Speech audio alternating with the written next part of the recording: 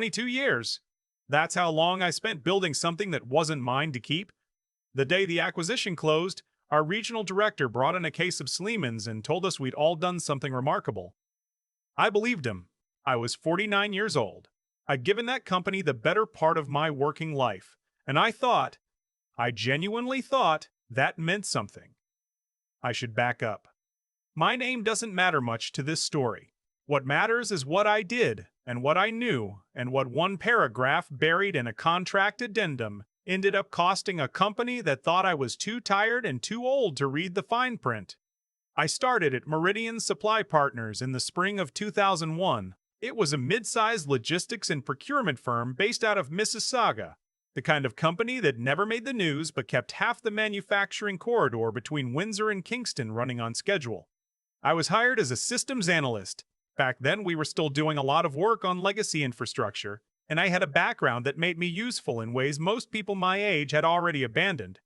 I understood old systems. I understood how they talked to each other, and more importantly, how they stopped talking to each other when something went wrong. Over the years, I moved up. Not fast, not in the way that anybody would write a profile about, but steadily.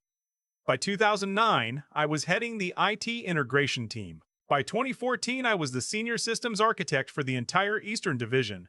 My daughter was in high school by then. My wife had gone back to school for her nursing certification. We had a mortgage in Burlington that felt manageable for the first time in years, and I was, for lack of a better word, settled. The problem with being settled is that you stop watching your back. In 2019, Meridian was acquired by a private equity firm out of Toronto called Cover10 Group. The acquisition was framed as a merger of equals, which is something people say when one party has all the leverage and wants the other party to feel good about being absorbed. There were town halls, there were slide decks with words like synergy and operational alignment. There was free lunch on the day they announced the new org structure, which should have been my first warning. The new VP of Technology was a man I'll call my new boss, because that's what he became, though he'd never held a role with that much technical scope in his life. He'd come from Cover10's consulting arm. He dressed well. He spoke in the particular brand of confident vagueness that gets people promoted in environments where nobody's checking the details. He didn't understand legacy systems. He didn't understand infrastructure dependencies. What he understood was PowerPoint and optics, and for the first 2 years, that was apparently enough. I was kept on. My team was kept on.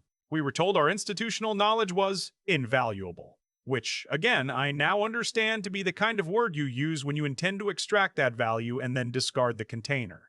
The project that consumed the next 3 years of my life was called Project Clearwater. The mandate was to migrate Meridian's entire procurement and logistics management platform from our legacy system, a customized Unix-based setup that I had personally overseen since 2007, onto a new cloud-integrated ERP. The new system was expensive, it was vendor-supported, and it was my new boss's idea. He had a relationship with the vendor. I don't know the specifics of that relationship, and I won't speculate, but I know that the contract was signed before my team was ever consulted about integration feasibility. We made it work. That's what we did. 14-hour days during the data migration windows. Weekend deployments that my wife endured without complaint, though I could see the toll it took on her. My daughter was at Queen's by then, studying environmental science, and I missed more than a few of her calls during that stretch because I was either on a conference bridge or asleep at my desk. We hit delays. We fixed the delays. We found a critical data mapping error in month 16 that would have corrupted 5 years of vendor payment records, and we caught it and corrected it before it ever touched the live environment, and nobody above my pay grade ever knew how close it came. The go live was in February of last year, a Thursday.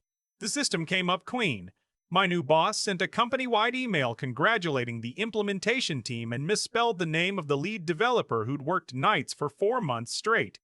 There was no mention of me specifically, though I was listed third in a footnote.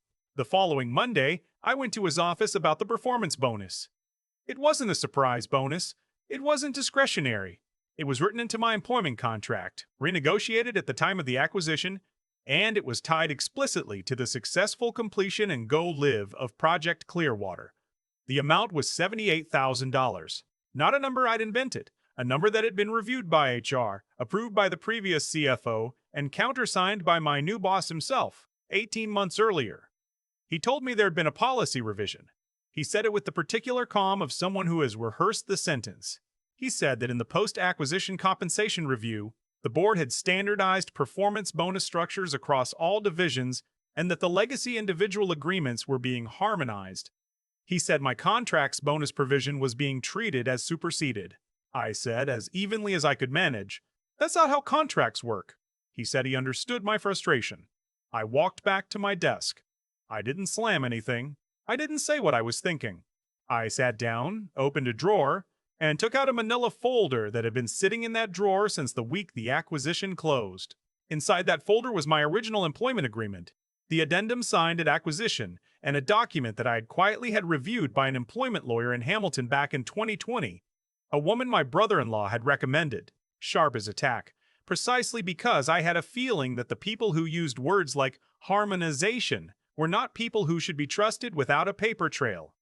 The lawyer had flagged one paragraph in particular.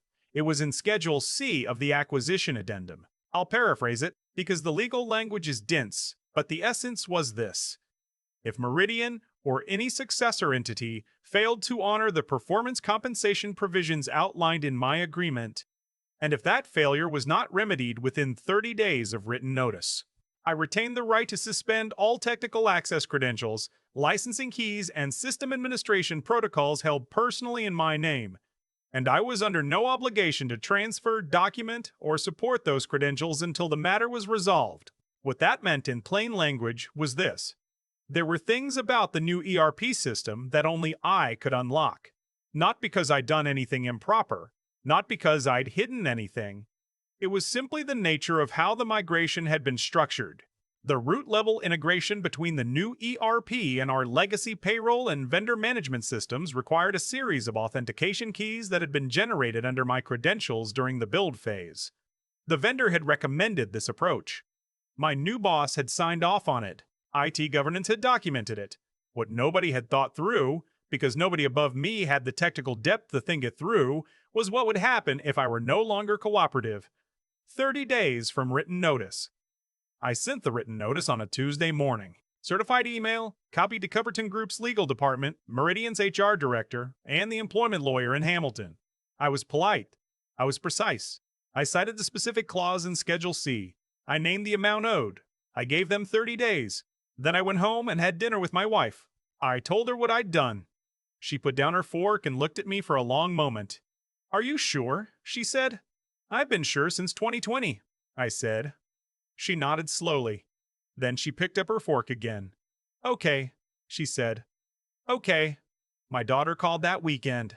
She was up to her knees in a wetland restoration project somewhere north of Kingston, and she was furious about something her field supervisor had said, and I listened to her vent for 45 minutes and felt, for the first time in months, genuinely at peace. Whatever happened next, I had done the right thing. I had documented everything. I had followed the process. I had given them every opportunity. The 30 days passed, no payment. A letter from their corporate counsel saying the clause was under review. A phone call from my new boss asking if we could find a path forward. I let it go to voicemail. On day 31, I changed the authentication keys. I want to be precise about what that means, because there's been some confusion in how people understand this kind of leverage. I didn't delete anything. I didn't corrupt anything.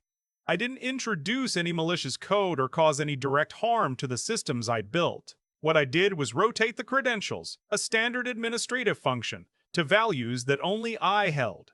The systems themselves were intact. Everything was there. It simply couldn't be accessed without me. The ERP went dark at 6:47 in the morning on a Wednesday. I know the exact time because my phone started ringing at 6:52. I didn't answer. I drove to my favorite spot along the Niagara Escarpment, a trail I'd been hiking since my kids were small. And I walked for 3 hours in the early March cold, and I thought about my father, who had worked 30 years for a steel manufacturer in Hamilton and retired with a handshake and a plaque and a pension that got clawed back in the restructuring 2 years later. I thought about what it cost him. I thought about my daughter in her wetland, doing work that mattered. I thought about my wife's certification, How proud I'd been, sitting in that auditorium watching her cross the stage. I thought, they had 30 days.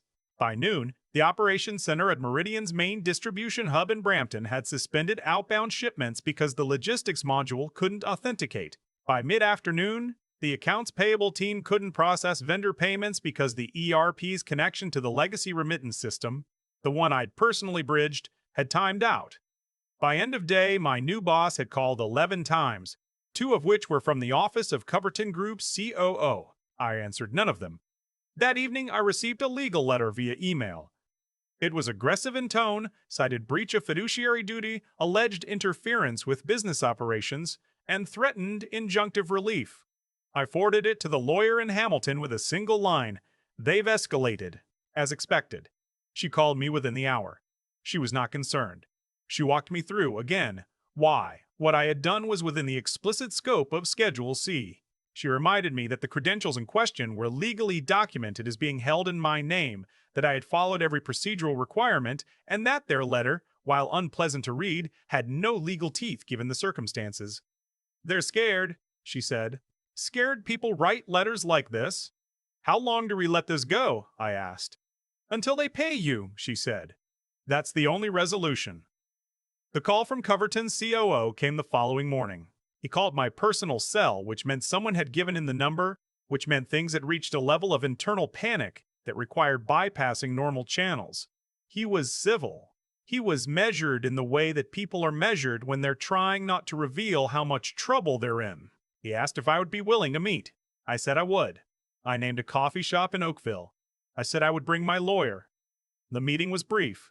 My lawyer sat across from Coverton's legal counsel and their COO and a woman from HR I'd never met.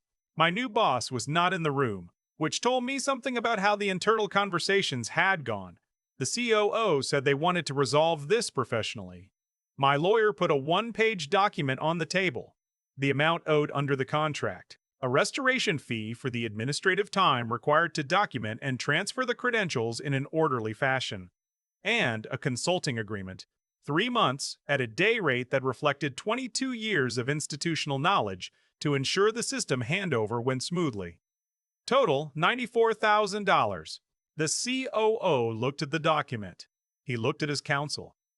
Something passed between them that I didn't need to interpret. "We can have this processed by end of week," he said.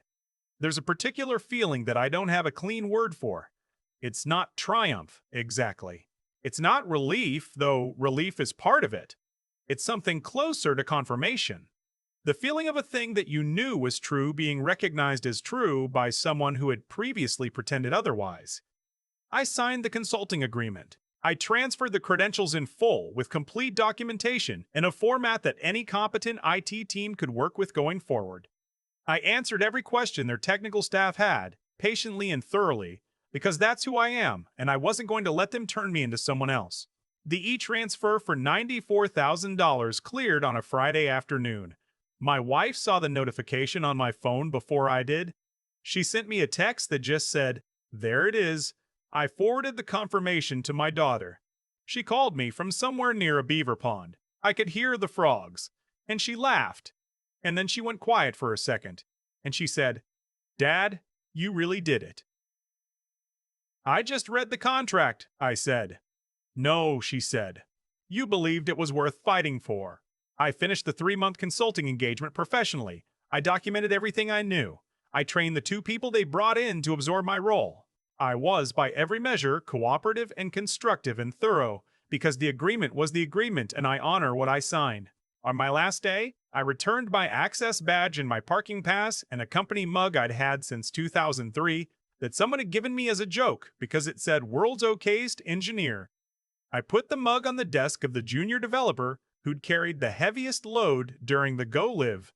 I didn't say anything about it. I just left it there. My new boss did not come to say goodbye. I heard later, through someone I trust, that he'd been moved into a reduced role pending a review of the acquisition integration outcomes. I don't know the specifics, and I'm not going to speculate. That's his story, not mine. What I know is this: I worked for 22 years with integrity. I built something that mattered. I read every document I signed. I paid a lawyer $800 in 2020 to tell me what my rights were, and I kept that folder in a drawer for 4 years, hoping I'd never need it. And when the moment came, I was ready. My daughter finished her field placement last month. She's applying for positions with the Provincial Conservation Authority. My wife got promoted to charge nurse in March. We've started talking about what the next chapter looks like. A slower pace, maybe a property outside of the city with some land, mornings that don't start with a work phone. I'm 53 years old. I have time. A friend asked me recently if I felt guilty about what I'd done, about the disruption, the shipments that didn't go out, the vendors who didn't get paid on time. I thought about it honestly because I think the question deserves an honest answer. What I feel is that I gave them 30 days. I sent a clear, documented, professionally worded notice that told them exactly what would happen and exactly how to prevent it. They chose not to act.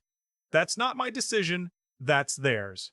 There's a version of this story where I accept harmonization and let $78,000 disappear and keep my head down and eventually retire quietly and never talk about it. I know people who've lived that version. My father lived that version. My father lived that version. And I respect them. I do. Sometimes that's the calculation that makes sense for your life and your family and your circumstances. But I'd read the contract. And the contract said I didn't have to, so I didn't.